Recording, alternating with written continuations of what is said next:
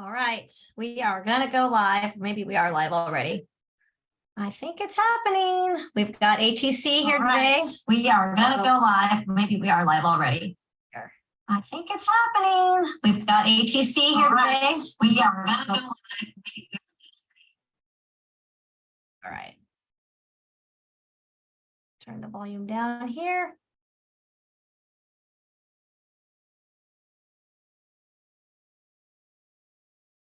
Let some of these guests in.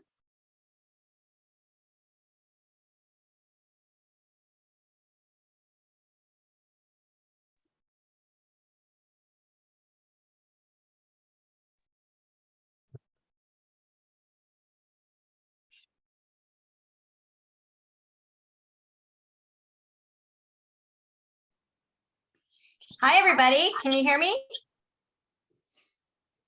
I can hear you. We got you. Oh, goody. Everybody's signing on. Hi, Sydney. We got Sydney. We haven't seen you in a while. Yay. Hello. Good to see you. Do we get to see you, like your face or? Yay. Are you at school? No, I'm at home. Okay. I got off early today. Good, good. All right. Jackie, Miss Caitlin, yay. David, Autumn. Awesome. Awesome to see everybody. Hi, Stephen. Welcome. Hey, thanks for having me. I'm going to, I got to put myself on mute here just for a moment. I forgot Okay. my AirPods out in the car and grab Take a your charger time. and I'll be right back. Take your time. We're just letting people in. So take your time. Thank you. You're welcome. Thank you. All right, ladies and gents, it's good to see your faces. Today is a very special Zoom for GLTF. We have NorCal on here, and they're going to be going over all the other side of the world stuff that we don't always encounter in person and giving us tips and tricks to making our lives and their lives a little bit easier. Hi, Rick. Hey there. Good to see you. Good to see you too. Yay. All right. People are still coming on. So we are potentially live on Facebook. I tried to do it live, so we'll see how that goes. I'm going to share it right now, actually, in our group, in our Facebook group. That way the people that aren't able to make it can see us there. So Yeah. All right, we're letting Victoria in. People are still jumping on, so it's going to be a good one. I'll talk to you more, okay? Anybody go flying today? I know Caitlin did. Last night I did a night flight. Who's that? Sherry, Where are you, Sherry? Good to see you. I'm here. I don't see you. I'm You're- placed to be you're the you. Zoom. I know it I'm placed- doesn't say that. It doesn't What say does it say? It says Zoom user. Really? Yeah, I'm going to change your name. Sherry. There. I just changed it. I don't know why it didn't come up as place to be you, but you came up as. I did a night flight last night. It was beautiful. I got to bring my son. We took the Piper. Oh my gosh, that's awesome. Night flights Yeah. are so pretty, especially right now. The weather has been crispy clear and there's not a lot of like haze. So you can see all the pretty lights and it's a totally different perception. I was up with Caitlin last night and we were practicing her landings, which she's doing so awesome. And it started getting dark on us quickly. And I'm like, oh my gosh, so we're gonna practice not only landing but now landing at night. But it was so pretty when the sun was going down and it was cool because I showed her that you have to click your mic 5 times or 7 times, however bright you want the runway lights. And she's like, oh wow, you don't realize that you're in control. Sometimes when you've never flown at night, you don't realize you're in control of those runway lights. So her eyes lit up. She thought that was pretty cool, huh, Caitlin? That's cool. It is so cool. That is awesome. Well, I'm glad everybody's flying. Victoria, have you been flying? Oh, you're muted. You're muted. Uh-oh. There you are. Unfortunately, I got the flu last week, which is huge resurgence of the flu and RSV lately. I'm a nurse, so I'm like seeing all this stuff, and I got it. So I didn't get to fly last week, and now I'm up in Crescent City doing some stuff. But when I get back, When you get back, everybody, and now you being in the business, but everybody, I mean, there's a lot of people getting sick. My whole family is sick right now. So Thanksgiving is officially canceled. I'm like, yeah, bummer. But yeah, there's a ton of people getting sick. So get through it quick and then, be healthy again. That's what I recommend, because our health is our wealth. So, all right, well, let's go ahead and get started. Steve, are you ready for us? Or are you still configuring? I think he's still configuring. No, I'm doing this all on the fly. I just rolled into town about 20 minutes ago. Here, I'm in northern Arizona now. So I have the PowerPoint with me. It's on my phone, but I've never actually shared anything on my phone. So if this is all going to be a new experience for me, let's see if I can do it. We'll work together. So I just want to do a little announcement, and then we'll get started while Steve's playing with his presentation. We're Girls Love to Fly nonprofit, and thank you for everybody who's a member here at Girls Love to Fly. We try to give back as much as we can into aviation, scholarships, cheap, inexpensive flight training, and more. You guys have all been awesome and supportive through the foundation, and we appreciate you so much. Yay, Steve's oh yeah, you figured it out, Steve. Okay. So we're really lucky today. We've got Stephen Harvey with NorCal Approach, and he's going to be going over all kinds of fun stuff. And if you have questions, you can raise your hand or you can just interrupt. You can just ask anytime, because he's going to have a lot of good information. Steve, if you are ready, could you introduce yourself and tell us who you are, what you do, all that good stuff, and then anything else that you want to add? Yeah, no problem. Again, my name is Stephen Harvey. I'm an operations supervisor at NorCal TRACON. Operations supervisors are the frontline supervisors in the air traffic control facility.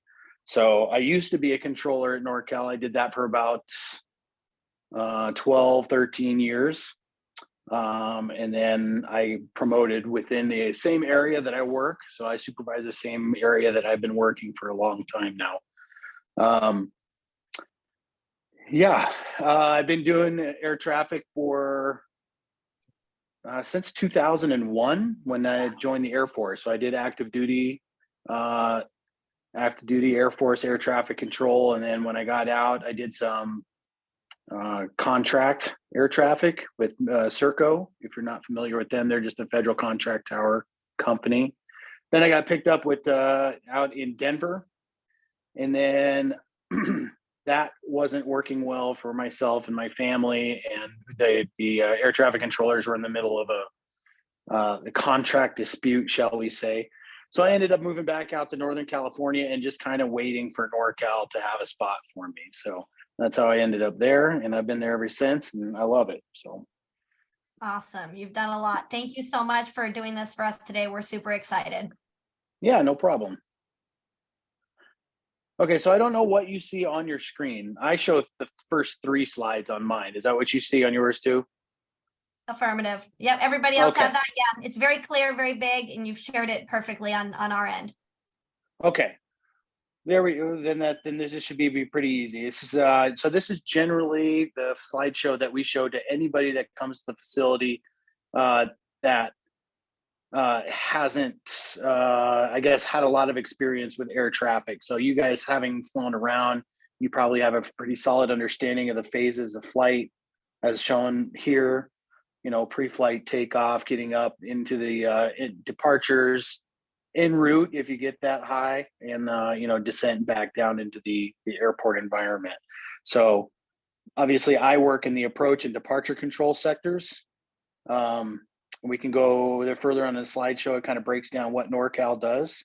And like she said, anytime, if anybody has any questions, I can't see you and I can't see anybody raising hands. So you're just going to have to jump on there and interrupt me. And it doesn't bother me at all. Just do it. And Steve, just one thing, sorry, just one thing, if you could start, and you're doing awesome so far, and I'm sure you're gonna do this, but we've got people on here, obviously, that are from the very, very beginners to more intermediate, so feel free, even if Oh, it's great. simple, what ATC does, like flight following, like feel free to incorporate yeah. a little bit from So- the beginning, because I know a couple students on here, although have really a lot of experience, there are a couple new ones that are just starting with that. So just so you know.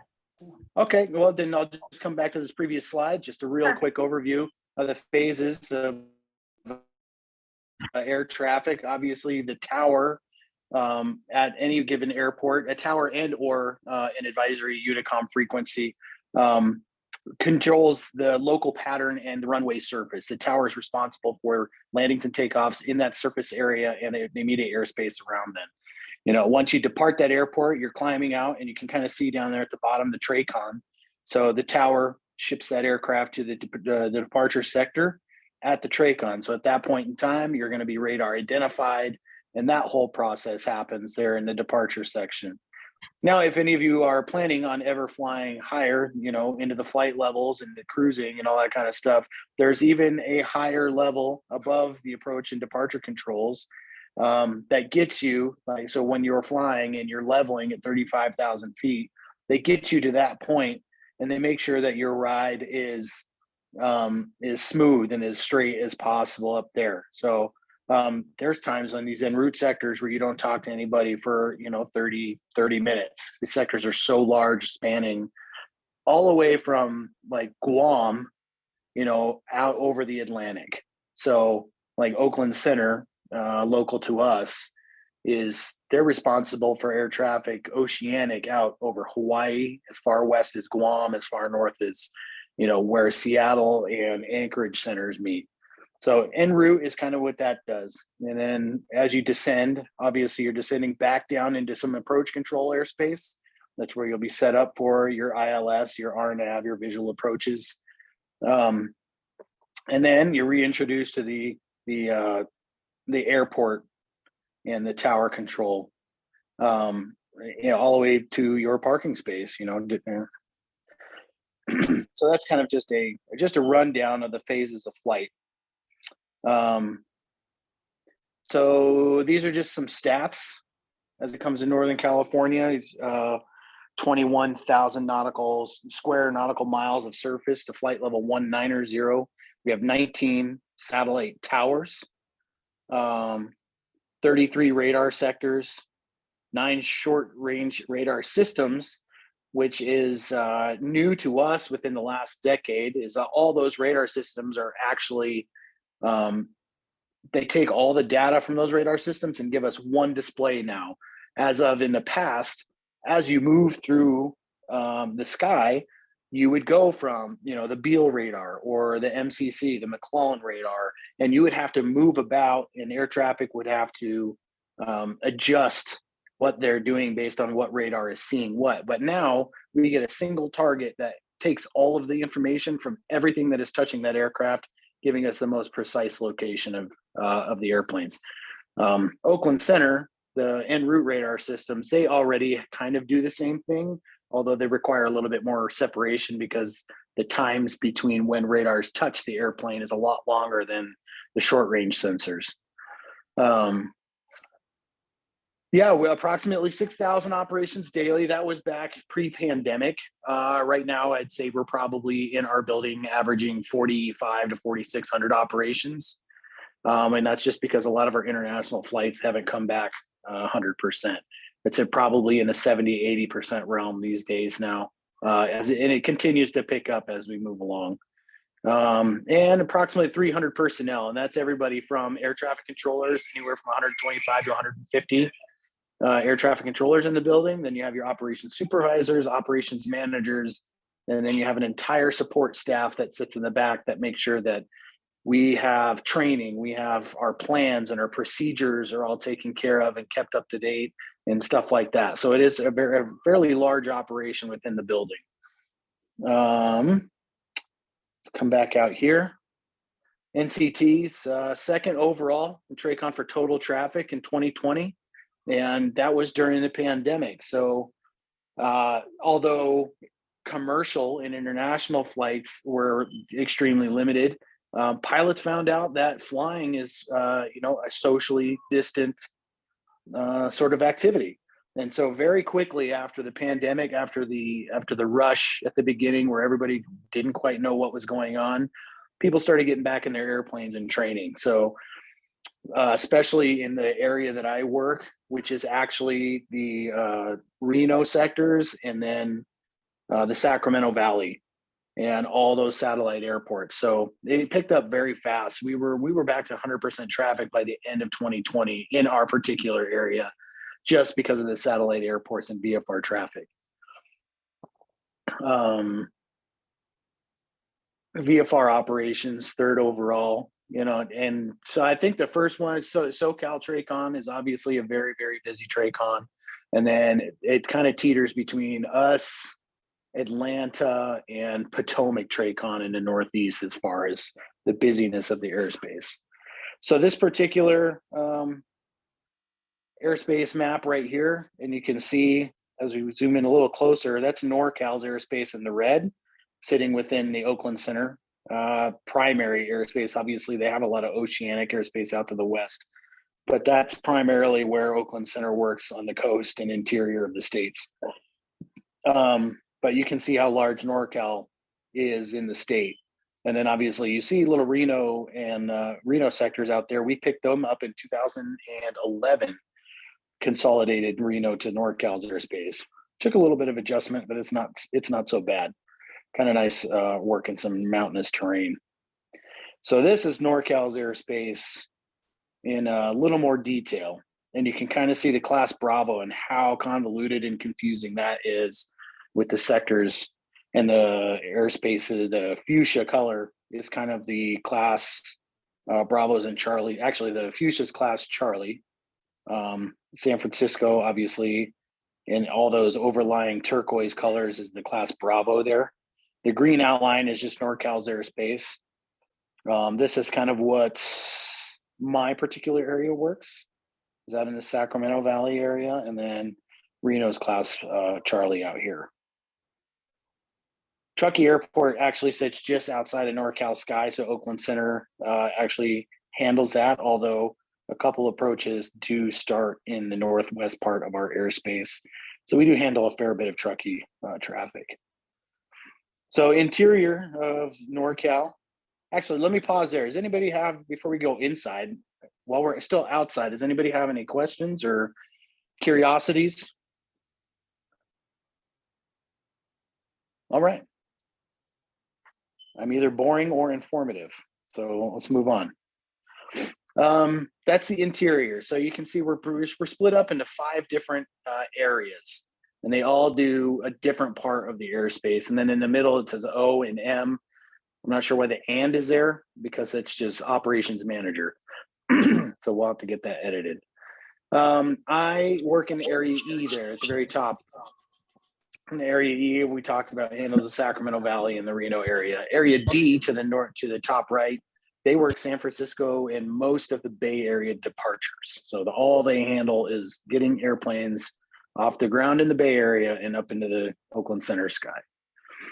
Area C does a lot of the Central Valley, so south of Area E, so Central California, Modesto, Manteca, Castle Airport, Stockton, Livermore, and then they actually do Oakland arrivals. So it's a pretty dynamic area. They do quite a bit of stuff, and they're bordered by lots of all the other areas, Oakland Center, Fresno approach, Lemoore approach.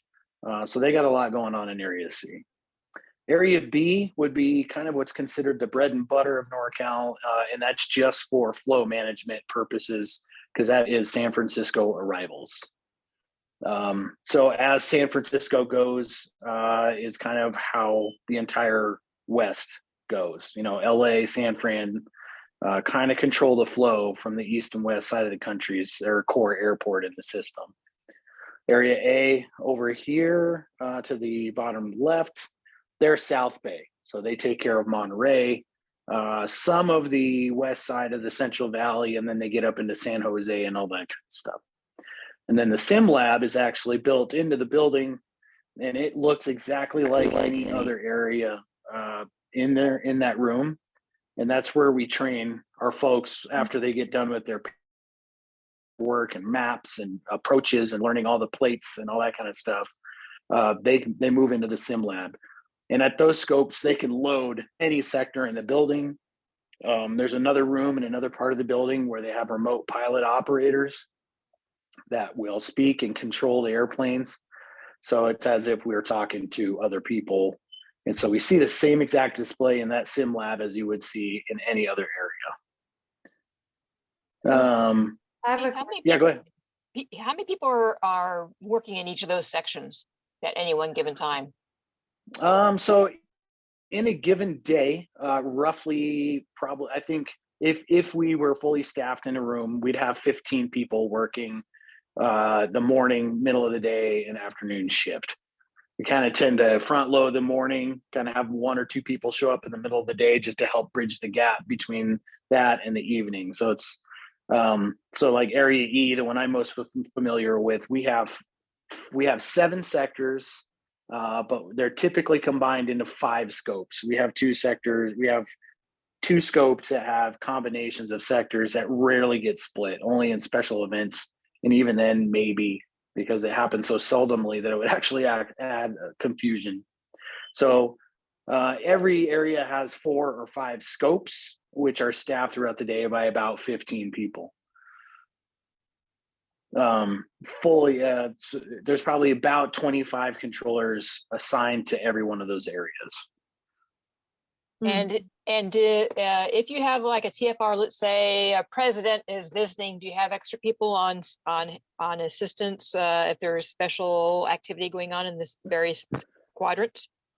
Yes, we do. So a lot, especially if they're coming into like San Francisco where the class Bravo is impacted. It's such a large, like the presidential TFR, as in your example, is a 30-mile bubble. So that disrupts quite a bit. And so actually in the middle there where the O and the M is, they have traffic management sits on the bottom right of there. And so there's usually 3 or 4 traffic management folks that are just monitoring and putting in programs to assist with the flow of traffic into these areas that are impacted by that kind of stuff. And then when something serious like the president comes in, there's at the top of that little area in the middle, there's an extra viewing monitor that the Secret Service will sit at as well. But anytime like a TFR is going to impact the traffic, especially like at a core airport like San Francisco, yes, they try to, it does have a little more oversight throughout the day. All right. Well, it looks like I ran ahead there. Oh, go ahead. My internet cut out earlier for some reason. Huh? And I'm a total novice, so I missed a lot. I'm sorry. Okay. Where is this tower located? And is my first question. Where is this located? Yeah, like where is your location? NorCal is. Are you familiar? Are you familiar with the Sacramento area? Yeah, I'm from Sacramento. Okay. Yeah. So we're located just off Mather Airport property.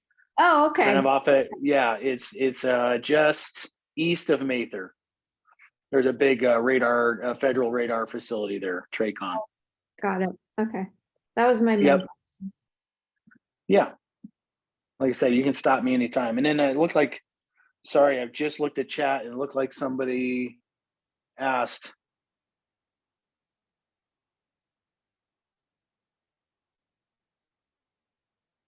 So is that a question about asking to become an air traffic controller? Is that what I'm getting here? Yeah, that's what I'd ask Okay. you. Okay, yeah. Yeah, there is an age limit. They typically, if you have no experience, you cannot get hired after your 31st birthday. Okay. But if you had prior experience, there are certain bids that they do where they will extend that out to 35 years, but that doesn't surface very often. They try to keep a younger workforce. Okay, thank you. Yeah, no problem.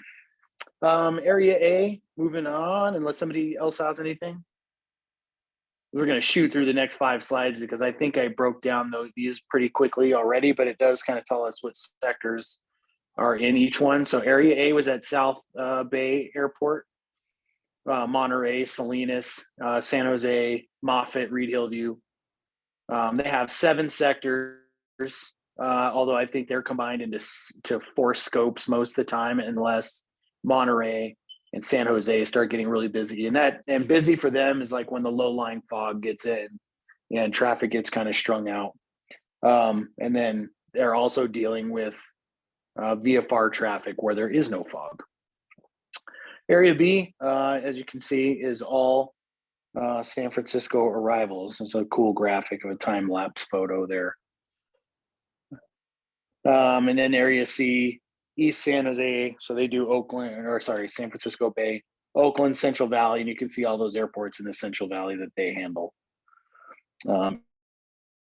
The departures, Area E in the Sacramento Valley and Reno. Sorry about that. Sorry. So this is this right here. This is what I'm looking at a radar scope. This is kind of what we see. And I'll warn you that this is it's a very generic snapshot, because as time goes on, all of those data blocks change. So every 2 seconds or so, more different data shows up in the bottom half of the data block. So currently you're seeing altitude and ground speed with the data blocks that you see. And this is Sacramento International right there in the middle of the screen. And that's finals at runway 17 at Sacramento, and that would be frequency 125.4 for those that are familiar. This is the Sacramento executive final here in the middle of the screen now, and that's 125.25, and then Expo or 127.4 out here for Mather McClellan in the foothills. As those data blocks change, and we're entering information into them, as you can see. This one, nope, none of them have it. Those altitudes will rotate into the destination. We have a 3-letter input there, and then there's a secondary scratch pad entry that I will flash to also that will tell us some additional information that we pass on within the facility to one another. It shows, what their next fix outside the airspace is prior to their destination. If it happens to be outside NorCal's airspace, it will show what their practice approach request is, their type landing. We can put that in the data block. We can put a requested altitude in the data block. We can put altitude assignments in the data on the 3rd row of the data block. So it's a very, looks kind of archaic. Everything is very shorthand on the data block, but that's what we're doing, a lot of administrative work behind the scenes. As you guys are talking, we're typing, putting in these little shorthand commands to fill these data blocks up, so they're constantly rotating. So if you ever hear us delay for a second when we're trying to respond to you, we're just waiting for that information to maybe cycle through one more second, and we'll get to see what we need to see in order to answer any of your questions or give you your next instructions. Do you have an alert, like when you get traffic advisories and traffic alerts? Yes, yeah. What's the protocol for, like, they're getting close, so they don't look like they are paying attention, and then what is when you call immediate traffic advisory versus just like a traffic alert? What is your protocol for that? Well, our protocol is typically to try to see the traffic before it becomes a traffic alert. But as you can see, there's a lot going on at any given time in the middle of the day with all the EVA stars out there. As you can see, these guys all flying out of Mather. Those are the Diamond Stars. You can see Lincoln gets busy. Auburn does the same thing, where there'll be several people coming out off of Auburn out to Folsom Lake. Does it change colors like on your screen? Does it change color? Does it turn red on your screen, or does it stay green? So No, it's the data block will stay green, but we will get like a little Okay. red CA above the data block. So Okay. if the computer sees, or if the computer projects those aircraft are going to get within a certain proximity to one another based on their speed and climb rate or descent rate, it'll give us what they call a conflict alert, a CA. And then if it gets to that point, then yeah, you'll probably hear a traffic alert with the call sign, Gotcha. something like that. But for the most part, we try to give those traffic calls well in advance of that happening. But sometimes when people are climbing off of Lincoln, McClellan, Auburn, you just don't see it. So the computer helps us out with that. Mhm. Thank you. Yeah, no problem. Any other questions about what we're seeing on our scope? Yeah, This is really interesting. Thank you so much. related to Yeah. what she was saying, like the alert, just out of curiosity, what would be the proximity of you getting that? Say, like, Well, it kind of depends. Like I said, the computer sees the speed and altitude. So if you get tied up with let's say a T-38 off a Beale, and they come off of Mather climbing quickly out of 2,000 for 3,500 or 4,500, you're above them at 5,000. Even though we know that their plan is to level, it'll give us a CA because it just sees the climb rate coming off of Mather. right. So there is some triage that happens too. Like just because that CA is going off, I'm not going to call it because he was restricted. He's supposed to stop, Yeah. and then the traffic above him should have been told to stay above a certain altitude because of that T-38. So it could be a long way away depending on how fast they're going, or it could be, and it's not even perfect. They could have already passed each other, and for some reason they'll give us a CA. But sometimes it's really close and sometimes it's far out. Okay. But I would say it is a super helpful tool, and I would say probably 90% of the time it is pretty right on with a traffic call that we should be giving. Another question I get a lot on this screen is like, you see the data blocks, but then you see some of these other targets like here that are flying around. So these are the ones that we're not talking to. That's what it looks like when we're not talking to the aircraft. They're just a spot with a little history trail on them and an indicated altitude. Because we haven't talked to them, we don't call it as a true altitude because we haven't been able to verify it. So when you hear that traffic call, it'll say indicated altitude. Like this guy at 9,100 feet, that could be a problem because Sacramento International eastbound departures, they'll fly right over McClellan Airport. He does look like he's northbound, as you can see from the history trails. So he's probably out of the way for now. But so we get a lot of that. We're dodging those guys. And then the firefighters off of McClellan, a lot of times they're not talking to us either. So they just come flying off of there with their heavies, with their smaller ones. They sometimes decide to call us, sometimes they don't.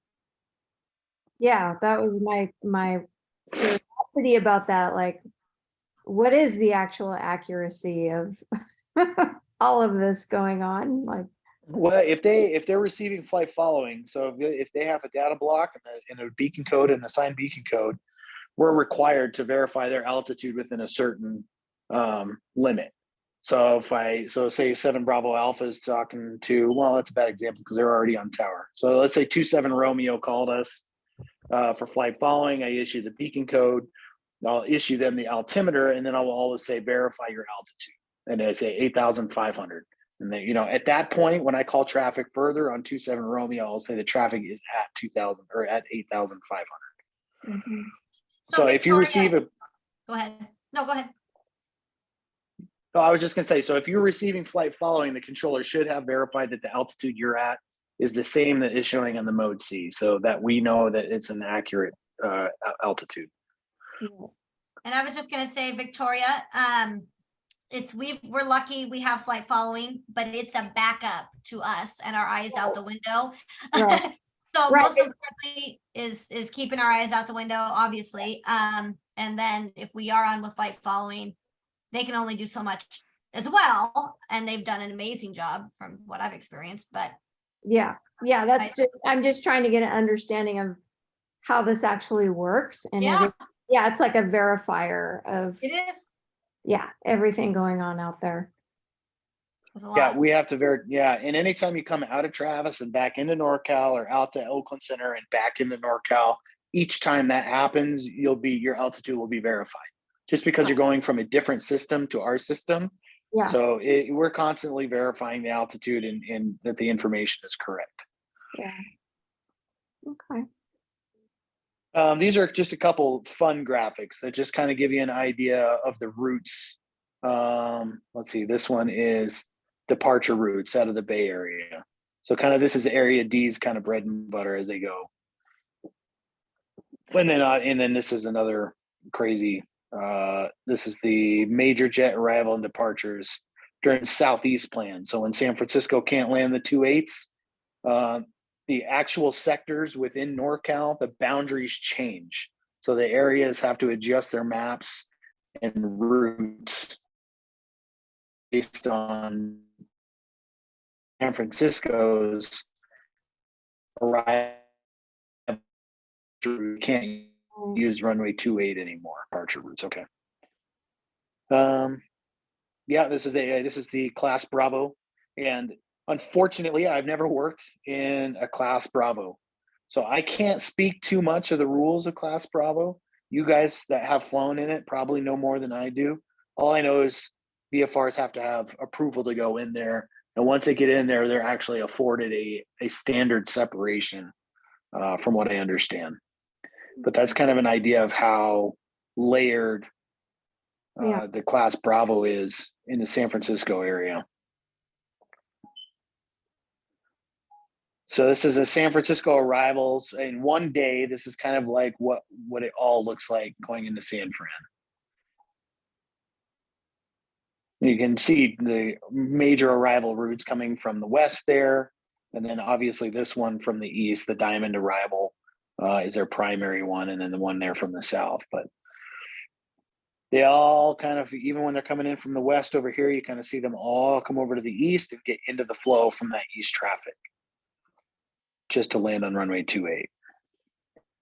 This is when you add Oakland arrivals to that mess. So now you can see how that works with Oakland coming through. The Oaks, now San Jose arrivals are added to the mix. Definitely not want that job. And then San Francisco departures added into that. That's the red that just got added into all those arrivals. So those are climbing out while everybody's arriving. And then Oakland departures added into that. Some more red. We don't see the red. Wait, I don't see red. Hold on. Can you scroll down a little bit, Steve? We can't see Yeah. those.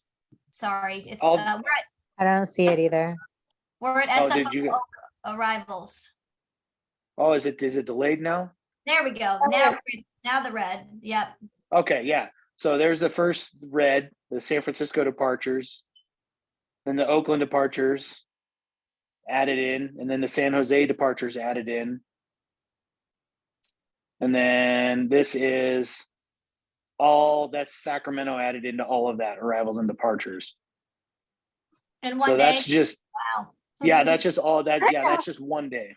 Oh, So great. all that is happening in the airspace Oh. while you're flying around. It looks like freeways, It's But pretty wild. but It's worse. pretty wild. But worse. Yeah.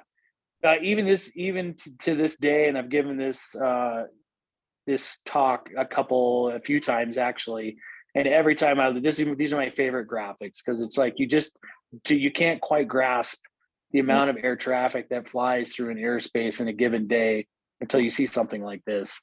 Right. And the amount of coordination and route planning and all that kind of stuff that takes place for it to happen. Yeah, it's And, Yeah. 100 controllers. pretty mind-boggling. Yeah. Yeah, that's the gist of it. That's the gist of NorCal. And I heard some of you are not in the local area. I don't know if you're just out of town or I actually don't know much about your guys' organization. So maybe you guys can tell me a little bit about that after any more questions you have for me. We'll let the girls and guys, whoever's on here, pop in with questions. I can tell you they're always quiet. so it's not just you. We have Yeah, to twist no. our arms every single time. This has been really, really good, and thank you for doing this. So who has questions about any ATC stuff or flight following or the NorCal, or who has a question? I know you can come up with some questions. We need 5 questions. Okay, what possessed you to do this? Well, at this level, I guess I just didn't really understand what I was getting to at this level when I got to NorCal. Yeah. The Air Force obviously wasn't. We're a little more in a bubble with Yeah. our our base, and we have some adjacent facilities we deal with. But I mean, from the very beginning, when I joined the Air Force, I wanted to do air traffic control, and it was just because I was interested in aviation. I worked at I grew up at the Grand Canyon, and I worked with the helicopter tour companies and all that stuff, and I just loved being around it and organizing all of that. So I just kind of knew that I wanted to do that. Mhm. When I got to NorCal, obviously it's one of the 3 or 4 busiest facilities in the country, and you're just trying to get through the program when you get there. So you Yeah. don't really take it all. You don't take it all in. You're kind of in your little zone, and you're just like, I got to learn this zone. I got to learn this zone. I got to learn this zone. And you're just kind of hammering it and you get better at it. And then you just expand and expand and expand. And then, the longer you do it, the more of all of this stuff you kind of take into consideration as you're, setting people up to fly through the airspace. It's, I don't just send somebody to San Francisco direct, I can't do that because that doesn't work in this flow of traffic that you see. So it takes a lot of training. In my particular area, I think it's probably a solid 2 years before you're getting a full certification in the area to become a CPC, we call it, a certified professional controller. I do enjoy it though. It is very challenging. It does have some stressful days, but those days that are stressful and you're successful, it's never better to walk out of the facility feeling like you did a good job. Right. Yeah. What's some of your biggest, you guys' biggest challenges dealing with us pilots? With pilots, I would probably say, and that just being open and honest, the biggest thing is having to repeat ourselves when it's busy out there. And I know, and we're all trying to learn too, because they took flight deck training away from us when the pandemic happened. So we have a lot of new controllers that have never been in a flight deck or a cockpit of a small aircraft or a big aircraft. So we don't know all the stuff that you're doing up there. And I know you are. There's a lot of planning. You guys are, you're listening to the mash of information that is being spouted on frequency that's not even at you. And then we expect you to pick your call sign out of it and answer. But there are times when it's like, well, we just need you to hear and respond. And then we can talk about it later if we have time, if it's not something that you wanted to do. But there's probably, if we're barking, there's probably a reason why we need you to answer. Yeah, that makes sense. Other than that, you guys are our customer. So we try to get you as much as we can, when you ask for it. We try to get you what you want. And I think it helps if it's a student, student pilot on a cross country for flight following to even, say, to tell ATC, hey, student pilot, flight following, and maybe they'll know to talk a little. They'll probably know to talk a little slower, because I've noticed that I had a student that came in. Well, she's not a student. She had never been into San Jose, and I kind of gave her what to expect as a pilot, and it was newer for her. But I said, just tell them, first time in to that busier airspace. And she just said that real quick. She didn't go on a big spiel. She just said, hey, it's my first time. I don't know where this waypoint is or whatnot. And they were slower with her that day, or walked her, they expected her not to know certain things. So that helped. So maybe that can help too for others. Yeah, no, and there are times that definitely helps for us to know how to handle the situation. Knowing that you're a student pilot, it might need just another second of our, and maybe a less brash response when something's going on. because we ultimately want you guys to become good at what you're doing. So we try to give you the time that you need to kind of wrap your head around what is going on. I can only say sorry for, some of the controllers that aren't as patient as others.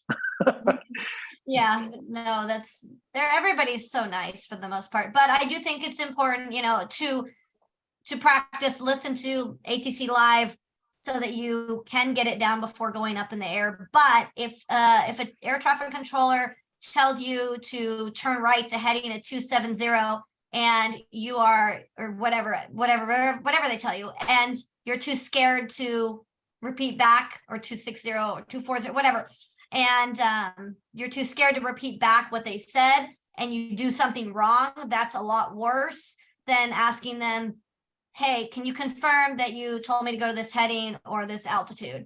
So that's my little advice on that. Is definitely, if you don't understand what they're asking you to do, tell them you don't understand and ask them to repeat, but practice on the ground so that when you get up there, you can be better in the air. Yeah, for sure. Live ATC is a really good tool because you just you learn the flow of the language to use. Mm-hmm. And you can pick out the better pilots from the ones that are learning as well, and you can kind of get an idea of what's working and what's not, and what to say in response to this, and then what, no response and trying to do something that you're not sure of, like she said, is not what we want. We'd rather you come back and be like, I'm sorry, I didn't catch that. Just verify you said 270, affirmative, flighting 270, okay, great. It's better to verify and move on with the correct instruction than it is to take a stab at what you thought you heard. And from what I've heard, and just wanted your opinion on this too, when somebody tells you to stand by, you don't repeat, okay, stand by. You just don't say anything because there's less chatter on the radio. Is that what you guys recommend? Yeah, no, that would be a preference. If we were telling you to stand by, or we try to say stand by, or like stand by, give me a call back in 2 minutes. There's just other things happening in the room, and it's the same thing. Like, we don't fully understand what you guys are doing in the air. There's other things other than just radio calls that are happening in the room. Yeah. Like I said, we're doing a lot of administrative work in front of us with the keyboard and the mouse. We're coordinating with controllers next to us. We're coordinating with controllers in the area next to us. We're coordinating with Oakland Center. Any one of these people could be calling us at any given time. So if you don't get a response, or I do tell you to stand by, telling me that you are standing by after I tell you to it's really just a superfluous call, because we're probably already have moved on to the next thing. Yeah. All right. Thank you. Anybody else? Question? I do have a question for you. I'm hard of hearing, and in my flight time, I haven't yet had the chance to talk to air traffic control. Usually because I flew out of Stead in Reno. But are there any avenues that people that are hard of hearing can take to better understand air traffic control? Like, I know I thought ATC was having a next generation device or something, or upgrade, where they do texting or something like that. Do you know anything about that? Well, in the approach control world, no, nothing like that exists. They do. I know the centers are working with a program that does a little more instruction by message. But you're talking like commercial jets that are equipped to handle that kind of stuff. So the short answer is no, we don't really have anything to assist with that. There are programs out there where they're trying to, issue ground instructions by message, even issue IFR clearances to people on the ground without using the radio. But all of that stuff is bottlenecked in contracts right now. So really what you're hearing is kind of where we're at right now. Yeah, there is stuff, Jackie, in the future.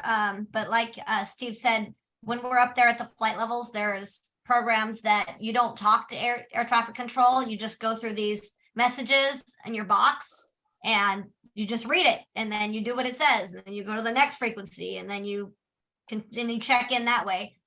So in the future, you never know, but you know how things take a long time. Yeah, I've actually participated in a program 2 years ago with a company that's trying to develop this whole procedure that I was talking about, where you can use that. It's all through your phone or iPad. And it's a program where you can say, hey, ATC, I'm here on the ground requesting flight following to Reed Hillview, and then a few seconds later, you'll get an acknowledgement followed by an issuance. It's out there, it's being developed, but as far as it being put in use in the facilities, I don't think we're quite close to that yet. Okay, thank you. Yeah, no problem. I have a question.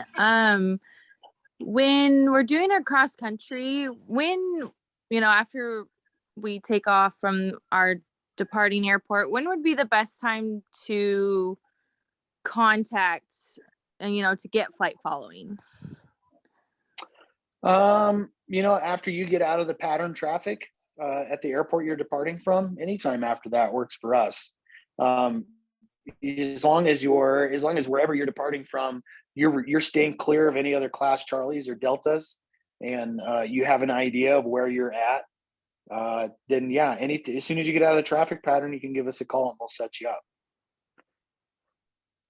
We just Awesome, want you thank out of the traffic pattern because we don't want to call traffic on airplanes that you should have already talked to as you departed the airspace. That's why I say that. Oh, okay. Thank you. Yeah, Kat, you just need to, like Steven said, that's a real good point, is once you're out, like you're flying over McClellan, because if you're on downwind exiting the pattern and then you switch over to NorCal, and then there's another pilot in the crosswind and the base, they're going to have to deal with not only telling you that they're there, then those airplanes can't communicate with you in regards to what you're doing. So as soon as you're above the traffic pattern or out of the traffic pattern, I go right over. I call them immediately right away. That's just my personal preference. Or you don't need to call them at all, and then you could just stay out of the airspace, the appropriate airspace. But that's what I would do. Okay, thank you. Yeah, I have my cross country tomorrow, so I just kind of wanted to have a few questions.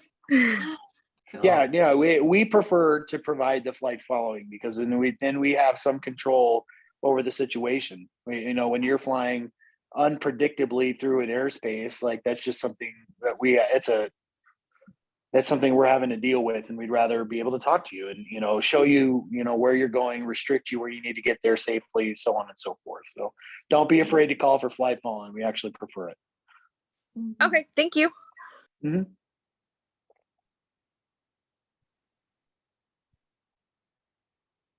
Anybody else? Victoria? I have a question. So if you're having a stressful day, you had said like some days are more stressful. Would it be just because it's so busy and your brain is more stimulated, or is there things that actually go wrong and really create stress? No, I mean, it just by volume and complexity, a lot of days are a little stressful, and then they do have all these special activities that happen throughout the airspace, TFRs, parachute activity. Lately, they've been launching high altitude balloons with equipment on board. So we have maps, that we have areas that we have to avoid with certain airplanes at certain times at certain altitudes. And so we're incorporating a lot of this outside information into what is already kind of a busy day most days. And then even when it's not busy, because there's a thunderstorm in the area, we're constantly on the phone with Oakland Center. We're constantly having to help the airplanes deviate around these. We're constantly taking PIREPs.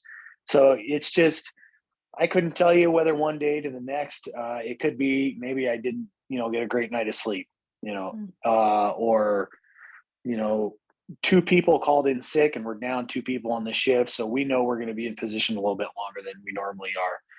Because usually an air traffic controller won't sit in position longer than 2 hours. If they get up to 2 hours, you start seeing some effects, where they're regressing in their ability. So we try to give everybody a break, well before that, so they can go kind of just mitigate some of that on screen fatigue.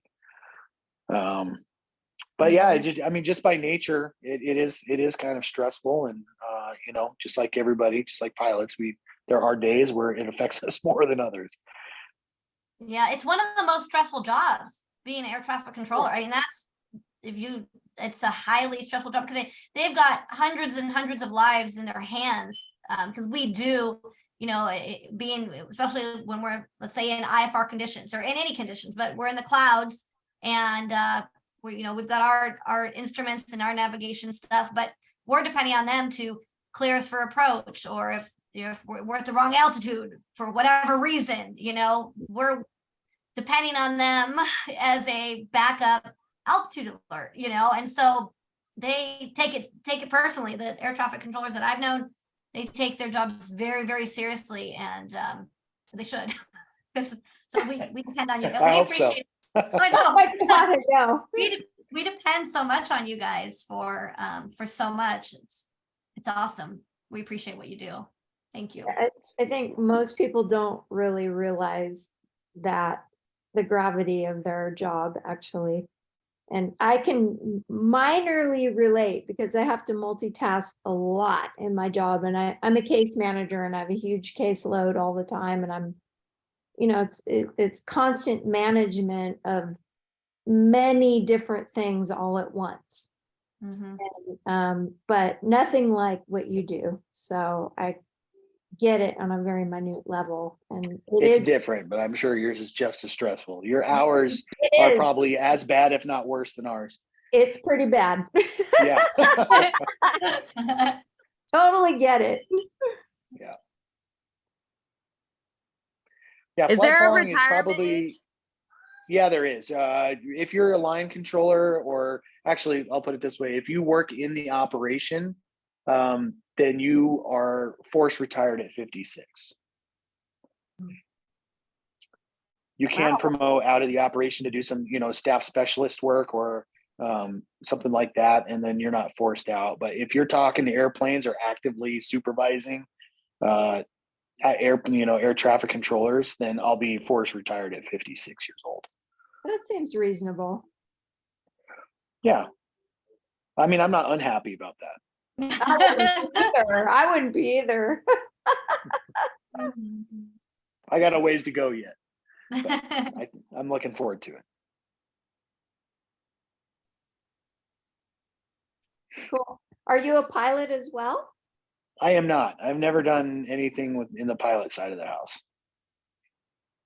I've been up in airplanes, and I've had a friend let me fly a couple approaches.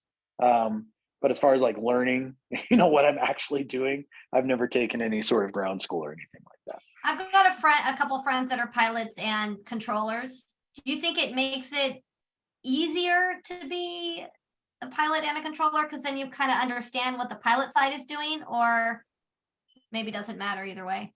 I think it actually could go both ways. Sometimes you can be a more empathetic controller because you understand it, and then sometimes you can actually be a lot harder on pilots because That's actually true. you know what they're doing and they're falling behind, and you're just kind of you get frustrated. So I've seen both sides. But it is helpful, especially when emergency situations where you do work with people that understand what they're dealing with. When an alternator goes out, or the carburetor freezes up, I don't know what to do. But we know the people in the facility that know how to fly and kind of might have an understanding. And a lot of times, in severe cases, those people are brought over to kind of help talk through that stuff. Have you ever it doesn't happen very often, but have you ever got to talk anybody through an emergency and help them get help? No, we talk to emergencies all the time, especially with the military aircraft. Oh yeah. But as far as like, a newer pilot that, what I understand, I guess what I understand most over my years of experience is maybe like an alternator outage. And I kind of understand where, you need to conserve power anywhere in any way that you can as you're getting safely to where it is you're trying to get to. So over time, I've kind of learned that, but there's a lot of other things, like, a carburetor freezes up. I'm not going to know what to do other than try to find warmer air, So, That makes sense. But yeah, yeah. Oh. All right, cool. Well, anybody else last questions? No, Hey, this has been Jamie, do so- you want to give Steve a little Yeah. overview on GLTF and Sure, I'll what we're give him a doing? quick- And Yeah, I'll give them a quick overview on Girls Love to Fly. Well, first of all, I want Yeah. to thank you for, I know you've got a holiday week and you're out of town and all that. So I really, really am grateful on behalf of Girls Love to Fly and everybody here. Thank you for taking your time to do this awesome Zoom with us. Really. Yeah, informative. absolutely. And if 2 months down the road, you guys do come up with some stuff that like, oh man, we should have asked them that. Just let me know. And I'm happy to pop back on and do that. That would be really great. So just a quick overview of Girls Love to Fly. So we're a nonprofit foundation. We started it in 2018. My vision was to provide scholarships and really inexpensive flight training for girls all over the states. So we're not just in California. We give away scholarships all over the states. We have many scholarships coming up. We had an amazing DPE that passed away, unfortunately. He was doing all of our check rides for the girls at no charge, so that was really awesome. Oh, wow. He was also on our board of directors as a really important part of this foundation. So he helped me the last couple of years with everything we've done with Girls Love to Fly. But now I have to step it up on behalf of him and all the girls and step up my other half, which was him helping out with the foundation. So we've all stayed strong with everything that we've been through with that. Let's see, we have a lot of good partners. We've got like Bose Aviation is one of our partners. ForeFlight is one of our partners. Flight Safety is one of our partners. So we've got these different partners and they donate to the nonprofit so that we can give more stuff away. And then any of the bigger donations that come in, since we're a 501c3, it's a tax deductible write-off. So we try to give back as much as we can now that we're paying for the check rides each month. Because before we didn't have to because Richard was doing them. Now we have to pay for them. And they're like almost $1,000 a month. So we're just trying to get donations so that we can give away more check rides. The cool thing now it's not just a local check ride that we were doing. Now it's an anywhere check ride. So we've got a membership program at Girls Love to Fly, and that's the $20 a month. And then the people that are part of the membership get to apply for these scholarships, and then they also get this wonderful Zoom class every other week that we do. Let's see here. What else, Rick, could I add on that we do? tell them about the planes.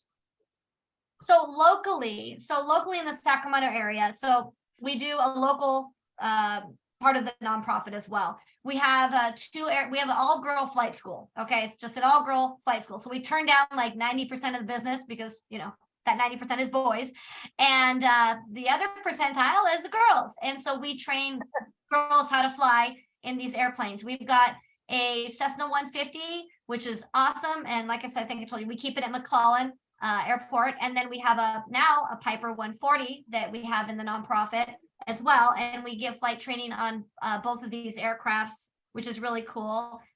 Miss Sydney, she's on here. She was one of our private pilot licensees with Girls Love to Fly, and she passed her check ride with Richard, and he did the same service for her where he took care of her in the nonprofit. Then we have Sherry, and she's one of our students at Girls Love to Fly.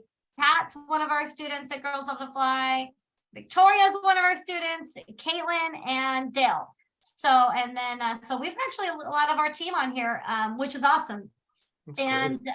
so like I said, it's really hard with fuel being as expensive as it is right now. We still are the cheapest around for flight school training, but like fuel is been a little crazy. So we're gonna hit up some more places to get some more donations just so we can keep the prices down. But yeah, so we've got the flight school, and we've got some couple fun scholarships coming up for that soon too. So it's been a lot of fun. It's been a lot of fun to physically see people get, fly soloing an airplane, and our, one of our like missions is to introduce women into aviation, people that would have never thought that they would be in aviation, so wherever I go, I'm always passing out the flyers saying, I was at a restaurant the other day and the waitress was talking about going to nursing school, Victoria, nursing school. And she was like, kind of like, oh, it's so much work and I'm doing it. And she didn't know she really wanted to do that. And she was, so she was waitressing this other table talking about that. So she came over to my table and I'm like, hey, I was like, I heard you're, going to nursing school. And I said, have you thought about flying an airplane? Of course not, right? She's never thought about flying an airplane. So I said, hey, if you want a discovery flight, I run this nonprofit and we will be happily to give you a discovery flight to see, I said, if you do it within the next 30 days. And she was like, oh my God, that's so cool. I never would have thought about it. So our job at Girls Love to Fly is just to introduce more people and women into girls and women of all ages, not just little girls, like all ages into aviation. And that's what we do. That's awesome. Thank you. It's been really fun. It's really fulfilling. I started flying it just a few years back and I ended up whipping out all my ratings. Now I'm flying jets and doing all kinds of crazy stuff that I never would have thought I would have done. And so I just want to show people that, you can do it at any time, any age, pretty much. And there's always a spot for you in aviation. So Aviation's for everybody. Aviation's for everyone. There's a lot of cool things you can do with it. So that's what we do. Do you have any questions for us? No, it's pretty thorough run through. Okay, that's pretty cool. That's pretty cool. And had I not met Rick up at Grass Valley, I don't think I would have ever known about it. I know. So that's cool. Awesome.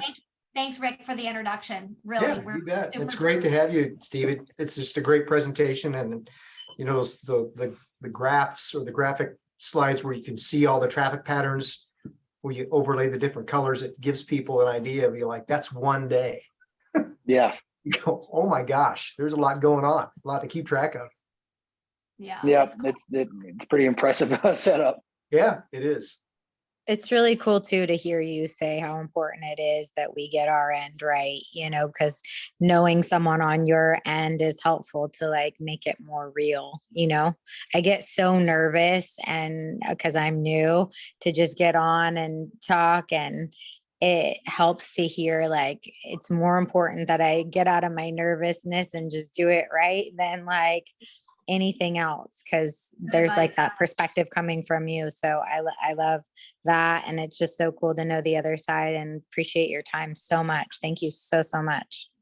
Yeah, no problem. Like I said, anytime, every couple 3 months or longer. Well, I mean, whatever. All you guys have to do is throw out an invite if you guys have a set of questions you guys want to talk about. I'm around. Thank you so much. Yeah, So for sure. You. And I can introduce other controllers to this as well too. Because I don't actively control day to day, but I have that experience in my particular area because I worked there for 12 years. But I can bring on. My goal today was to bring on another actual certified professional controller. His son broke his arm yesterday, so he wasn't able to make it tonight because I had a doctor's appointment, I think at 5 in Elk Grove or something like that. So I'm rolling solo today, but I usually try to bring on a controller. That way you guys can literally talk to a day in and day out person that sits there and talks to the airplanes. That'd be great. We can do it again. We always have new people that join the meeting, and then sometimes people can't. So, we'll stay in touch and we'll definitely do it again. Yeah, for sure. Cool. All right. Well, I'll leave you guys to it then and finish your Thank meeting. you, everyone. You guys, everybody have a good night. Thanks for joining. All Thanks right. again, Steve. Thank you. Thank you. Yeah. Have a good night, Bye. guys.